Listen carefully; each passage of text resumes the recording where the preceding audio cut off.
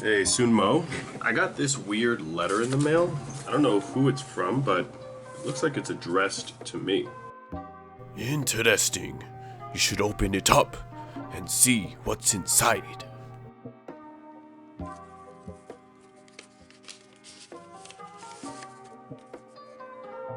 Hey, looks like you lost this. I thought this would be the perfect opportunity to show your viewers some of the missing content. Tell Sun Mou we're here to help. I think someone is trying to help us. Wait a second. Check again. There is another note inside.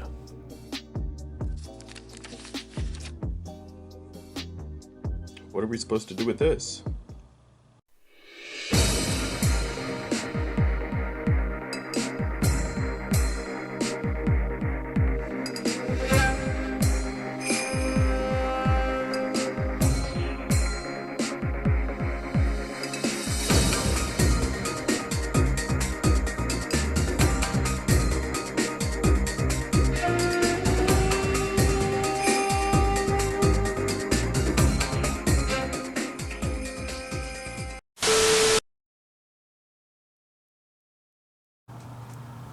Hello humans, Artistwithafro, and welcome back to the show. So, like what I mentioned before, or rather, like what we kind of figured out in the previous video, this is a European Ignition Assault booster pack, and we have about 6 packs left in this booster box. So we realized that the chances of us getting the next 3 visits, and then like let's say a Sun Mou and some other cards, is extremely low. So I'm definitely gonna have to buy another box of this, and that's kind of a little bit frustrating. But aside from that, I figure we can just open up these 6 packs and then get straight into like some online duels. I feel like that's probably going to be the best thing for us to show you in regards to what we have here and what you guys can be in store for. So let's see what we can get. Now, the other thing that I kind of wanted to mention is one thing I realized is that even though we're opening up, or we're going to have to get another Ignition Assault, we don't necessarily have to get a... Ooh, where's the card? Is this it? Jeez. Okay, so we have the super there, which means that these 4 cards are going to be here.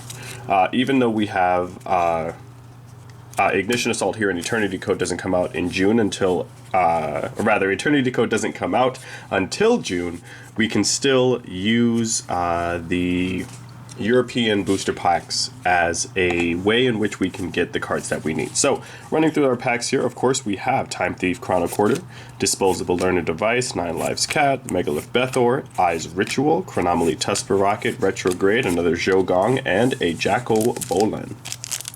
Always good to get some Ancient Warrior cards. However, we really just want to see if we can get the cards that we actually kind of want for our packs.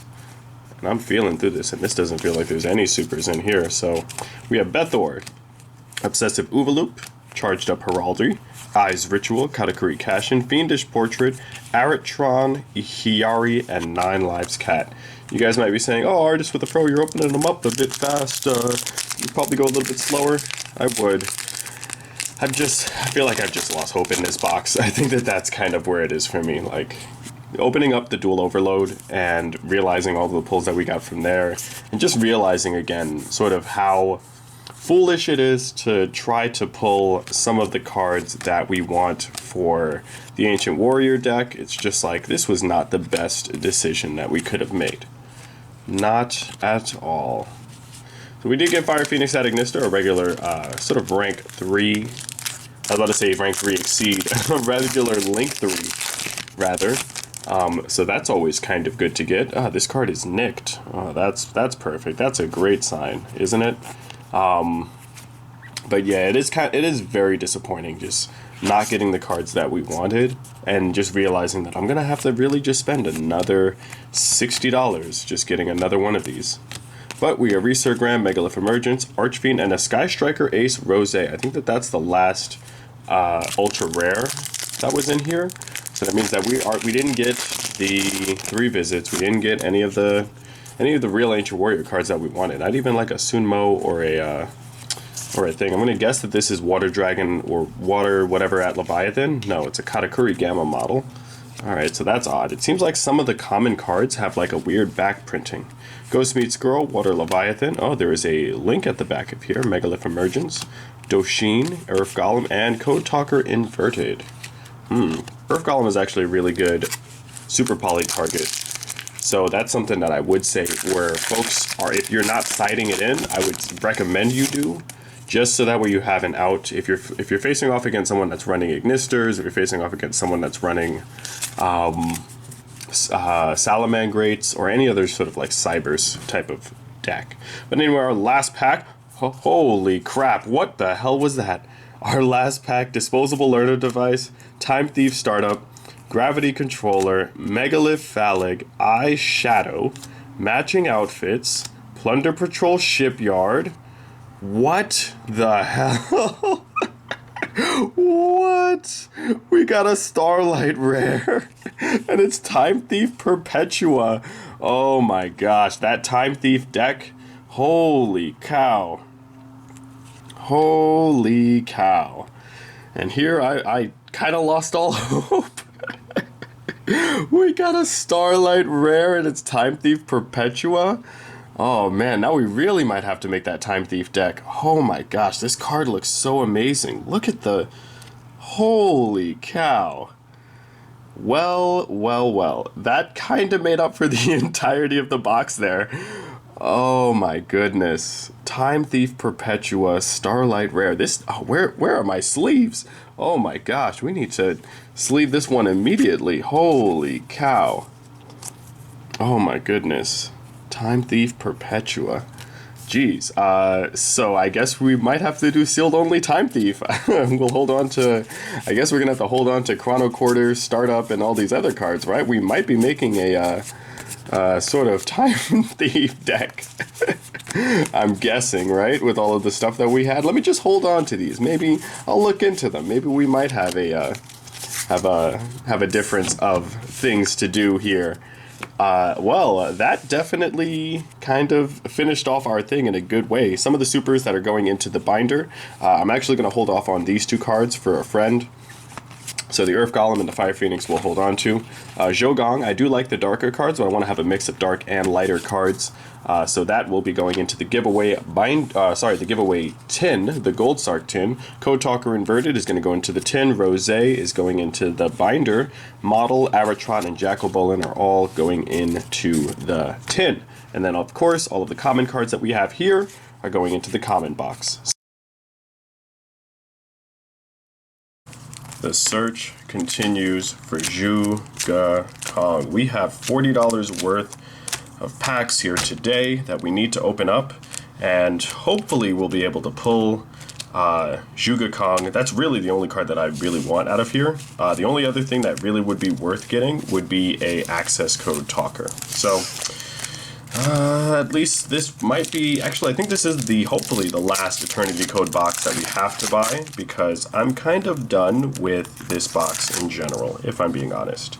Alright, coming up first we have a Super Heavy Samurai Wagon, Unchained Twin Sarama, Megalith Unformed, Marincess Basilius, a Har, Generator Boss of Storms, if only they made the Nordics this good, Splash Mage, Noctovision Dragon, Borrowing of Hours, really underrated card, and I think, you know what, for everybody here, I think I'm going to also make an Ancient Warriors Pure build, since we're kind of moving towards the combo-based style.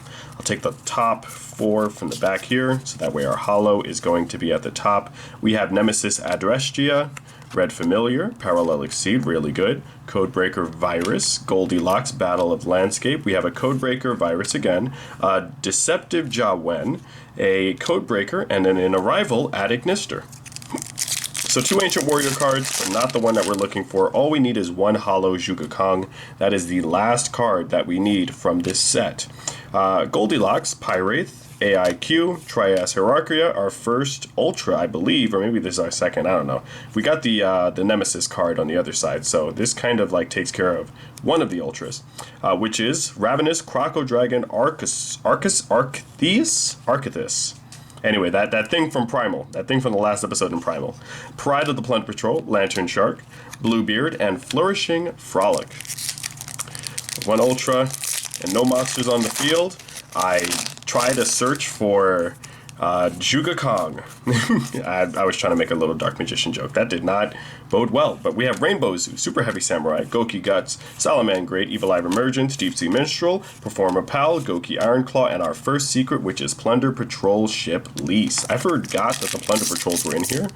That is possibly another deck that we might want to showcase here on the channel. If you guys would like a Plunder Patrol deck, just let me know in the comments down below. Splash Mage, Noctovision Dragon, Burrowing of Arrows. Now we got 3 boats: Codebreaker, Necroquip, Zero Day, Iron Claw, Crimson Resonator, and Ambitious Sauda. So still not the Ancient Warrior that we need, but it is one that we possibly could use. I really feel like I have 3 packs left, and then after that, there's probably like 6 packs in that last box of Eternity Code. I will be kind of disappointed if I have to buy another box of this, because now Eternity Code, I believe, is like $90 for the fact that Access Code is still a $70 card. Parallel Exceed, Link Burst, Revive Splash, Magical Hound, Proxy F, Deep Sea Minstrel, Golden Hair, Pinpoint Dash, and Madolche, can't talk today, Madolche Promenade. 3 packs left. Is Juga Kong going to be in here? We are going to have to find out. Let's see, 1, 2, 3, 4. Put those in the front. Here we go. Beast King Barbaros, King Beast Barbaros, Bluebeard, Thunder Patrol, Thunder Dragon, Plunder Patrol, Pinpoint Dash, Perform Propel, Buzzsaw Shark, Goki, and Emblem of the Plunder Patrol, our 3rd Ultra Rare, I believe? Question mark? Exclamation point? I'm not sure. Alright, so we just need a super. It's really that simple. It's really that simple. Just give me Juga Kong. That's it. Salaman Great, Thunder Dragon, Deep Sea Sentry, Magical Hound, Trias Hierarchia, Deep Sea Artisan, AIQ, Minstrel, and Plunder Patrol Ships City. This is looking pretty ship shape whatever for us right now. We're not looking in the best of shape right here. Torpedo Takedown, Revive Splash, Noctovision Dragon, Flourishing Frolic, Necroquip Prism, Zero Day, Evil Eye Emergence, Marincess, and Gachiri. So we have, I believe, I'm going to actually double check and I'll pull them up here. I think we have 6 packs left for this set. 1, 2, 3, 4, 5, 6, 7. Oh, no, we have 9. Okay, so this is pretty much going to be the next episode. We got 9 packs of Eternity Code left. We need to pull a Juga Kong out of here. If we don't, then that is another box that I need to get, and I'm realizing again that Ancient Warriors is not the vibe, because half the cards that I need, I only need 1 of from each set, and that means that, like, we're not really looking too good. Because when we get to Rise of the Duelist, we only need 1 card from that set as well. And I mean, at least with Rise of the Duelist, we can pull Dogmaticas, and we can also pull some of the, what else is in there? I don't know if anything else is worth it other than the Dogmaticas. But we got a fairly interesting pull, Sauda, and of course our Jawen, as well as our 2 ships, which we don't really need anymore because we're not really running a pure version. So, that'll go for the pure version of them. Well, if that being said, we have all of the stuff here. I don't think Sun Mou has anything for us with no new information. So let's just jump into where our deck is and see how well we can do in some duels. So with no changes to the deck, it's going to be kind of interesting to see how we stack up against some of our competition. We're definitely about 2 sets behind currently because we don't have any cards from Rise of the Duelist, nor do we have any of the Tri-Brigades from Phantom Rage. And with Blazing Vortex right around the corner, it's going to be a lot harder for us to then get those cards, or we're really just going to be in like this rush mode, which actually helps you guys out, which means that you guys will be getting more content more often. But for us, and what you're about to see, it's going to make it a little bit harder for us to win certain duels. So we start off first with facing off against some sort of Prank Kids Adamantipator deck, and he's able to get out most of his cards, his Fancies, his Roxys, his Parallel Exceed, and I'm looking at his field here and I'm thinking, okay, so I need to possibly stop him from summoning Battle Butler, and in retrospect, thinking about how this duel actually went, I noticed there were some parts where I might have been able to take the win. Now, Super Poly does still come in handy because it allows me to take control, of course, of his Link Monster and his Cyber's Parallel Exceed. Unfortunately, though, he's still able to get out the other Exceed, even though technically Super Poly should stop all monster effects from activating, but I guess since I was activating it in response and it wasn't an activation on summon, it should have kind of like stopped the entire play. But I'm not so sure about that ruling. I'll leave that up to anybody in the comments below. So he ends up going full combo, getting his Gallant Granite, and now the Adamanticators are really just able to run rampant with the added bonus that they can just special summon themselves if you have a rock monster on the field. So he's going to then send his Analyzer and I believe one of the Kawaki Meru cards to summon out Hulk. From there, Hulk will let him get, I believe, the Researcher card, or the blue one, the blue Adamantipator, which lets him go for Raptite. And then for Raptite, he's able to then get out the last Adamantipator card, which he can then use to mill off some of his extra rock monsters. This is a very, very interesting deck, and had he just stopped here at the Nightmare Unicorn, I might have been able to really just take the win. Because he goes in for the attack, and I'm able to do Zhang Yuan, which will allow me to then get my attack off, and kind of just like run through the rest of his field. Unfortunately, though, he's running Forbidden Droplets, so he's able to then get rid of the monsters on his side of the field, negating my Zhang Yuan's effect, which would have inherently gotten rid of the Nightmare Unicorn, and getting rid of my Sun Mou, which eliminates me from bouncing. He gets out the Avermax, and at this point, it's really just it for me. So I'll summon the Lu Xuan, but there's really no real reason for me to continue, so I'll surrender that duel. Moving on to the next duel, though, we might actually be able to win, but again, it really just depends on now the type of matchup we have, alongside the fact that we are, like I said before, severely behind where we want the deck to be, because we're now shifting from this Ancient Warrior pure build to more of an Ancient Tri-Brigade, kind of like mix-up deck. And with the Tri-Brigades, at least when they become available for us, we'll be able to add a lot more combo potential, and we'll be able to go into a lot of things, which unfortunately means that we're going to be sacrificing some standard combos like what you're seeing here. I'm not really going to need the 3 visits anymore, not going to need the Zhang Yuans, and really the Ancient Warriors are kind of going to be whittled down. But hopefully we're able to at least pull one of the Link monsters before that, and we can kind of test it out in this build. So we're able to get out a field of Lu Xuan, oh sorry, not Lu Xuan, Sun Mou, Zhuge Kong, and I believe that's Lu Jing.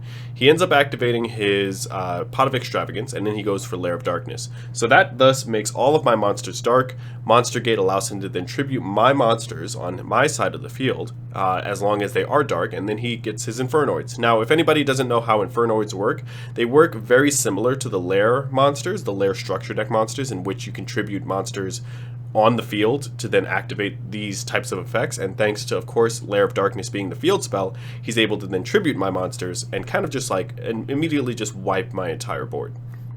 Now, one of the biggest problems, again, that Ancient Warriors have, at least before Lu Meng was announced as a card, was that there's not really much sort of starting combo potential. They're able to summon one of themselves out, and they can go for extra summons depending on how many more you have, but usually you'd either have to commit with Zhang De, which means that you have to have 2 present on the field, or you can hope that you get the Zhang Yuan, which is kind of like hoping that you have 1 monster in your hand and then 1 to attack with. So, as you're going to see, without 3 visits, without Tenki, without Tensu, we're not really able to really pop off into our combos. And because of that, even though we're able to summon some of our extra monsters out, maybe get an extra search, so on and so forth, we're still not able to go into the type of combos that we need. Had Ancient Warriors had a card similar to Raven, but specific to them, I think that the deck might look a little bit different, but it also kind of like fuels my decision to really just take this from where it is now to where it's going to be in probably the next 4 to 5 episodes, depending on the boxes that we open. So what you're going to see is really just another game loss. We're able to summon out the Ja Wen, but he's going to just tribute it with the Infernoid card, and that's kind of going to be the rest of the plays. I didn't pull, or rather I didn't top any Dark Ruler No Mores, so the Charmer structure deck is actually something that I really need to invest in, because getting those extra Dark Rulers will definitely help depending on the type of decks that we're facing off against. And of course, even if I was, he does have the 3 back row, so it's not like I can really do anything. I'll summon out a monster, even though he has the 2 Infernoids, I can't negate the one that's on the field. I'll summon out Sun Mou, and thinking that, like, okay, maybe I could possibly go in for an attack. He's not negating anything. I guess he wanted me to see if he could possibly, like, go for some sort of negation. I'll end up attacking with Sun Mou, hoping to do some damage. He activates the Inferno card, tributes my monster, and then he's able to banish another monster from the graveyard. I'll just activate the Call by the Grave just to get rid of Decatron, and that's kind of just going to give me the loss there. I'll be able to summon out the token, but because he has more monsters than me, it's really just a matter of just attacking at this point and then going for game with Decode Talker. So we take the 2 losses there, and we can hope that we can learn from these and move on to hopefully our last duel here, and let's see how well we can do against this playstyle. So all in all, the Ancient Warriors, again, do have a very, very good type of playstyle, but because they're very reliant on themselves, it makes it a lot harder to get out most of the cards if you don't pull something like the 3 Visits and like the Changban Bridges. And because we're very reliant on those type of searching things, we can really be set up easily for an Ash Blossom negate or some sort of Droll and Lockbird lock, and it doesn't really bode well for us in the long term. Unlike most Beast Warrior decks like Fire Fist or even Zodiacs, where they're able to then chain and go into multiple cards, it becomes a lot harder for Ancient Warriors to really pull off some of their potential combos. But looking at this duel, we may or may not be able to take this win, seeing as how it's counter fairies and not one of the more meta relevant decks. So I'm going to start the duel off first. I'll activate the Cosmic Cyclone, hopefully getting rid of his Sanctuary in the Sky, Sanctum of Parshaft card. As long as that card does stay on the field, it is kind of going to be the big downfall or card that we need to get over. So instead of that, I'm going to activate my 3 Visits and hoping that I can then get off my Guan Yun summon to get another card in the hand. He ends up going for the Solemn Judgment, thus making himself lose half of his life points. Thankfully, we're able to then still get off the Guan Yun, and I can activate Borrowing of Arrows, which will allow me to take half of his monster's attack and add it to Guan Yun. Now, when I go into the battle phase, I'll be able to attack directly, but of course, I'm going to activate Zhang Yuan's effect, thus removing his monster's attack by 0, and then Zhang Yuan takes the game. So all in all, we're able to still get some wins, but it's not the type of wins that we want, and we really realize that there's going to be a lot of plays that myself and Sun Mou are going to have to do in order to edit and make this deck as viable as possible. So I think that we've reached a point where I'm gonna probably take a pause on buying any more Eternity Code. I think we realize that with the 1 Zhuge Kong that we do have, we're able to pull off certain combos, but realistically getting the 2 and maneuvering this deck into more of an Ancient Warrior holistic playstyle is probably not what we're going to be going for. Instead, we're going to try to build something more towards this type of deck. And I think in order for us to do that, we're going to have to kind of deviate from Ancient Warriors and really kind of use more of the utility that we have at our disposal with both Beast Warriors and with some possibilities of adding in some tuners.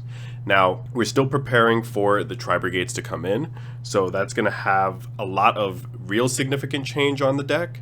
But I think in us switching from Eternity Code, I'm going to have to try and see if I can procure Reborn Tengu, as well as possibly a Fabled Serbalul. So we're going to try to see if we can get those cards in some of the next few sets, and I do have some sets in mind that we can purchase in between the time. And that, I think, is going to really have much more of a bigger change on the deck as a whole. And then we can start to build up and really revise not only the main deck, but also the extra deck. So we'll have to see. I have to also confer with Sun Mou, see what he decides to do, and what we're trying to sort of plan in regards to us moving forward. I think another thing that I also want to include is a lot more remote duels, as well as some sort of like duels with myself and invitationals. So I'll have to be figuring that out as, you know, the weeks progress and as we get into more and more sets. But with that being said, I hope you all enjoyed this episode. Episode 3 will be coming out pretty soon in February, and Episode 4 should be right after that, seeing as how there's going to be a little bit of a break in my work schedule, so I'll have an extra more time to edit and then to add some more footage in. But again, as always, if you like the content, make sure you follow, make sure you like, comment, and subscribe. Make sure you hit that notification bell so that way you can stay up to date and stay in the know. And with that being said, I've been the Artist with the Fro, and that, my friends, is the show. Thanks for watching.